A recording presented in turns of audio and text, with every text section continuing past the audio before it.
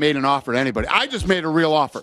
There's a real offer to Floyd. 25 for each fighter. 25 each. Split the pay-per-view. And then you split the pay-per-view at a certain number. You know, obviously, a lot of things to dig in and a lot of things to if you talk to Conor today, what is his sensibility on this fight? Floyd's talking nonstop. What does Conor think about this potential fight? I'm going to tell you why Conor McGregor is still doing over 1 million pay-per-view buys and Floyd isn't. Because Conor McGregor will fight anybody, anywhere, anytime, including Floyd Mayweather. He absolutely is that guy. Whether Conor fights Floyd or he doesn't, there's a line of guys that are ready to fight Conor, that Conor will fight, that are going to do over 1 million pay-per-view buys. You know what I mean? Sure. Conor McGregor loves to fight, and he is one of those guys that will take on anybody, anywhere. Floyd keeps putting this thing on his social media of Conor getting choked by Diaz, you know, but Conor fights. Conor is, I'm the guy that stands in the living room and tells you your opponent fell out or is on the phone, and I know how all these guys react when it happens. Nobody reacts the way Conor McGregor does. If Dana White, president UFC, let's say they fight and Mayweather won, would it hurt the UFC brand?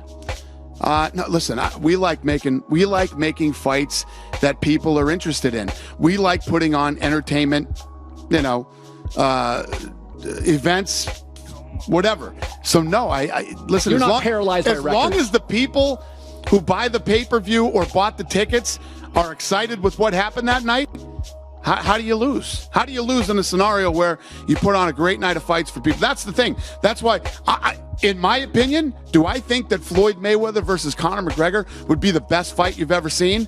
Probably not, but it'll be pretty damn exciting. But I'm going to build an entire card underneath it. I'll have another title fight, and I'll stack the card like it was at Madison Square Garden. So you're guaranteed that night to at least get your money's worth, unlike the Pacquiao-Mayweather fight. This may be a boring question for my audience, but I know that you run the UFC, and I know that you are the promoter for the UFC. I don't know who runs boxing. So when you negotiate this stuff, who do you negotiate with on that side? Yeah, it would be interesting on Floyd's side. You know, I guarantee it's not going to be Floyd. Floyd has a lot of input on what's going on, but Floyd isn't going in and doing the deals. There's no Don King. No, but he has a manager. He has a guy who would say for his side, we got a deal? I don't know. I know who your side. Well, Conor's ready to fight. Well, don't you think it's funny? Floyd's claiming that he made these offers. I don't even know who we would do. You know what I mean? There was no offer ever made to anybody, ever, until 2 minutes ago. Now a real offer has been made. $25 million for both fighters, split pay-per-view. If now, my guess is Floyd wouldn't like that, because Floyd's ego is, I'm the bigger fighter, even though you've laid out that he doesn't have the pay-per-view leverage that he used to have. Right, and here's the thing: Manny Pacquiao ended up doing that fight at and you hear all these numbers thrown around, but it's something like Floyd got 250, Manny got 100. You know, it's still a lot of money for both guys, but there's no big fight without Manny. Manny was as important in that fight as Floyd was. Would Conor take less to get the fight? If push came to shove and you're in a room with Conor and you're saying, Conor, we can get this, but you got to take slightly less. Conor can do whatever. There's a list of guys lined up to fight Conor McGregor that would love to fight Conor McGregor. Conor McGregor's going to fight all day long, and he's going to do over 1 million pay-per-view buys, and he's going to do fine. And if for Floyd Mayweather to think that kid hasn't made $8 to $10 million, you know, it just goes to show you what we're dealing with here.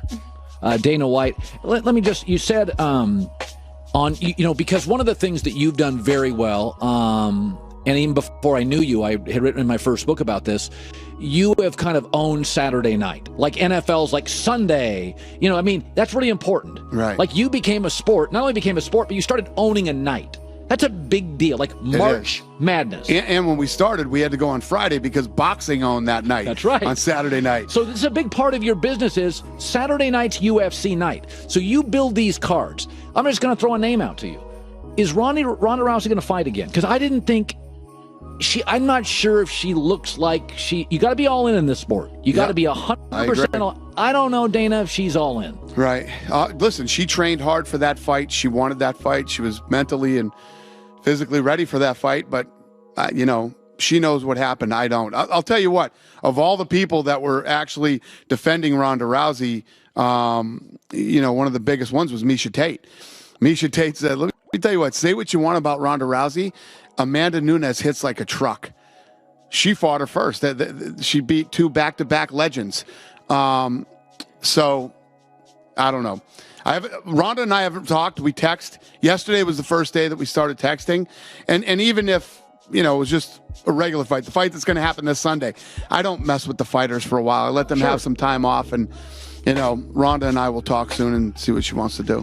There was a point, Dana White joining us, he has made an offer, Dana has, to Floyd Mayweather, $25 million for both he and Conor McGregor, and they split the pay-per-view. What is your current relationship? And this is okay, because promoters historically and fighters, the great fighters are artists. Ali was an artist. I mean, Tyson, many of the fighters they're big personalities. Right. Fighting is the most humbling moment anybody could have. Right. You're in your underwear, 100 million people watching. Okay, so you're dealing with temperamental athletes. What is your current relationship with Conor? Yeah, I've always, there's a lot of people who play off this relationship thing with me and Conor. I have a great relationship with Conor. I mean, could I possibly speak more respectful about him? And it's not like, Conor needs any more encouragement on how great he is. Right. And everything else. But it is what it is. I call it like it is. Conor McGregor is special. He's a special, not only, does he, can he talk the talk? He goes out and he backs it up. He's fat. Watch the weigh-ins are amazing, and he always delivers on fight night. And he is truly a guy who will fight anybody, anywhere, anytime. Do you believe he respects Floyd Mayweather, who is more of a scoring boxer than a knockout guy, more avoiding punches than landing them? Do you think he respects Floyd? I'm sure he does, And if you look at Floyd and Conor, there's a lot of similarities there in their personalities and the way that they act. They both like money. They both like really nice things, and they both like to show you all their nice things. They're similar in a lot of ways. And even though I say whatever to Floyd, and Floyd and I get into it a lot, but what Floyd has accomplished to go undefeated for 20 years is amazing. Listen, even if, say what you want about him, a lot of people will criticize this and that. To go undefeated that long is very, very tough to do. Not every night is your night, but every night Floyd Mayweather has gone out, it's been his night. Okay, so